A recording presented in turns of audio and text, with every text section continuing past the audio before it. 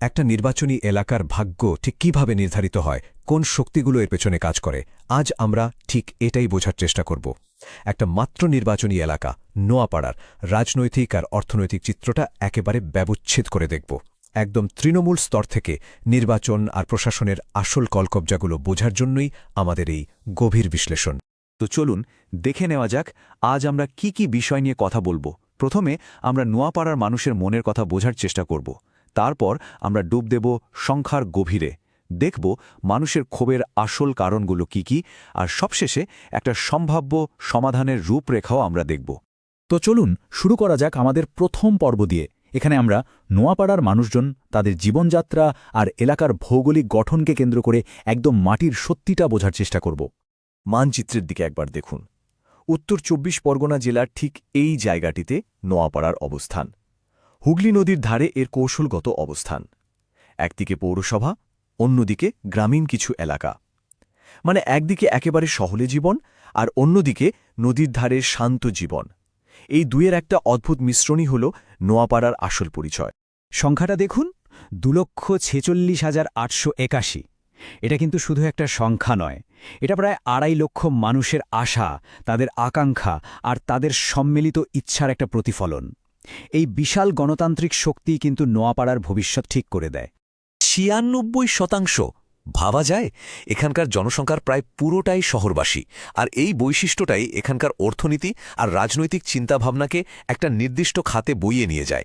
তার মানে এখানকার মূল সমস্যাগুলোও কিন্তু শহরের সমস্যা। ৮৪% বেশি।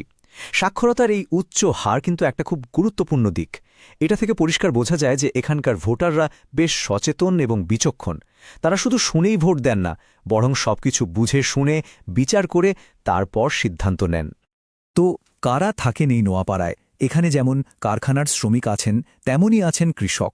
যেমন ছোট মৎস্যজীবী সম্প্রদায় আছে, তেমনই আছেন প্রাক্তন সেনা কর্মীদের পরিবার। এমনকি উপসাগরীয় দেশগুলোতে কাজ করতে যাওয়া কর্মীদের পরিবারও এখানে একটা বড় অংশ।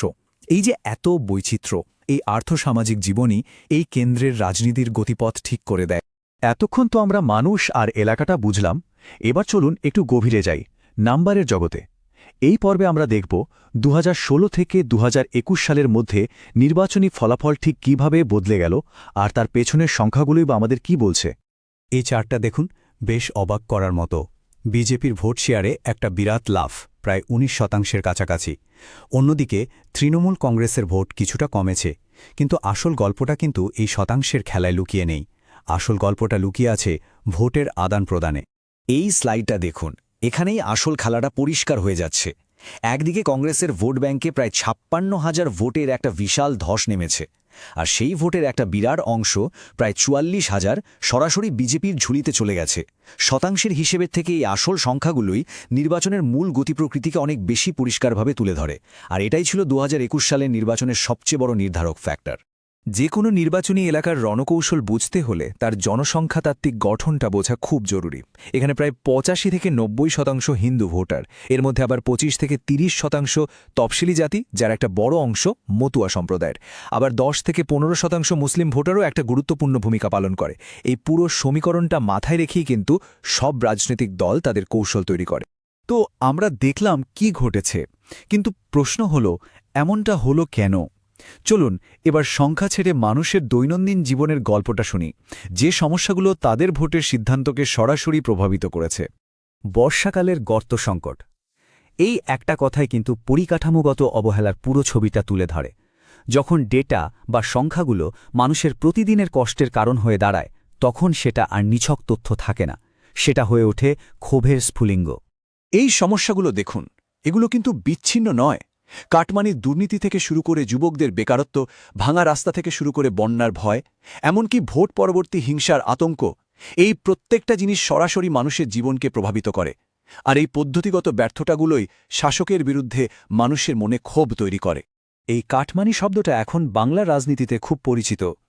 সহজ ভাষায় বললে এটা এক ধরনের প্রাতিষ্ঠানিক দুর্নীতি, যেখানে সরকারি প্রকল্পের সুবিধা সাধারণ মানুষের কাছে পৌঁছানোর আগেই মাঝপথে উধাও হয়ে যায়। আর এই জিনিসটাই জনগণের আস্থাকে সবচেয়ে বেশি নাড়িয়ে দেয়। আর এই অভিযোগগুলো যে শুধু হাওয়ায় ভাসা কথা নয়, তার প্রমাণ এই মানচিত্র। দেখুন, গারুলিয়ায় জল জমার সমস্যা, উত্তর ব্যারাকপুরে জাতীয় সড়কের গর্ত, শিউলিতে ভাঙাছোড়া রাস্তা, প্রত্যেকটা সমস্যার একটা নির্দিষ্ট ভৌগোলিক অবস্থান আছে। এগুলো বাস্তব, এগুলো মানুষের প্রতিদিনের ভোগান্তি। দেখুন, মানুষের মর্যাদা আর সঠিক তথ্য জানার অধিকার, এই দুটোই কিন্তু আমাদের সংবিধানের মূল ভিত্তি। যখন সাধারণ মানুষের ক্ষোভের কারণগুলো বাস্তব তথ্যের উপর ভিত্তি করে আলোচনা হয়, তখন সেটা আর শুধু অভিযোগ থাকে না, বরং একটা দায়িত্বশীল প্রশাসনের কাছে সাংবিধানিক প্রত্যাশায় পরিণত হয়। আর এটাই একটা সুস্থ গণতন্ত্রের লক্ষণ। সমস্যা তো অনেক হলো, কিন্তু শুধু সমস্যা চিহ্নিত করাই তো শেষ কথা নয়। সমাধানের পথ কি? চলুন এবার একটা স্পষ্ট, কার্যকর আর খরচের হিসাবসহ উন্নয়নের পরিকল্পনা দেখা যাক। এই 5টি স্তম্ভের দিকে তাকান। এটা কিন্তু শুধু কিছু বিচ্ছিন্ন প্রতিশ্রুতি নয়, এটা একটা সামগ্রিক শাসন কৌশল। রাস্তাঘাট থেকে শুরু করে বন্যা নিয়ন্ত্রণ, চাকরি থেকে শুরু করে বাড়ি আর স্বাস্থ্য, মানুষের জীবনের প্রত্যেকটা জরুরি দিককে এখানে অন্তর্ভুক্ত করা হয়েছে। 50 কোটি টাকা, এটা কোনো মনগড়া সংখ্যা নয়, এটা একটা নির্দিষ্ট পরিকল্পনা। 34 নম্বর জাতীয় সড়ক আর তার সঙ্গে যুক্ত রাস্তাগুলোর দীর্ঘস্থায়ী সমস্যা মেটানোর জন্য ঠিক এই পরিমাণ বিনিয়োগের প্রয়োজন। এটা কোনো ফাঁকা প্রতিশ্রুতি নয়। আর এই 50 কোটি টাকা কিন্তু খরচ নয়, এটা একটা ইনভেস্টমেন্ট। এর থেকে রিটার্ন কি আসবে? যাতায়াতের সময় কমবে, স্থানীয় ব্যবসার উন্নতি হবে, দুর্ঘটনা কমবে। সোজা কথায়, এটাই হলো সেই প্রশাসন যা জনগণের জন্য লাভ নিয়ে আসে।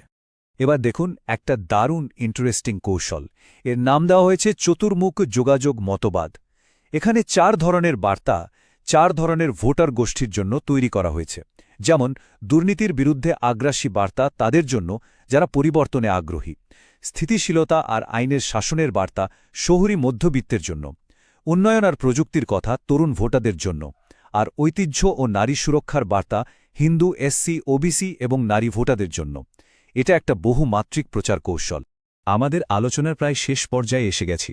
এবার চলুন রাজনৈতিক কৌশলের বাইরে গিয়ে সুশাসনের আসল মানেটা কি তা নিয়ে একটু ভাবা যাক। একটা গণতন্ত্রে ভোটাররা তাদের ব্যক্তিগত তথ্য কিন্তু বিশ্বাসের ভিত্তিতেই দেন। ভারতের তথ্য সুরক্ষা আইন অনুযায়ী সেই তথ্যের ব্যবহার শুধুমাত্র নির্দিষ্ট উদ্দেশ্যে এবং সম্মতির ভিত্তিতেই করা উচিত। এই বিশ্বাসকে রক্ষা করা যে কোনো রাজনৈতিক ব্যবস্থার একটা বড় নৈতিক দায়িত্ব। শেষ করার আগে আমি একটা প্রশ্ন রেখে যেতে চাই। নির্বাচনের আসল উদ্দেশ্যটা কি? শুধু ক্ষমতা দখল করা, নাকি সেই ক্ষমতার মাধ্যমে মানুষের জীবনকে আরও উন্নত করার একটা পবিত্র দায়িত্ব অর্জন করা? এই প্রশ্নের উত্তরটা আমাদের সকলেরই একবার ভাবা উচিত। যদি আপনি একজন জনকেন্দ্রিক নেতা হতে চান এবং আপনার নির্বাচনী এলাকাকে উন্নত করতে চান, তাহলে blueprintstrategies.ai এর সাথে mgr@blueprintstrategies.ai এ যোগাযোগ করুন, অথবা 08042041 602 নম্বরে ফোন করুন।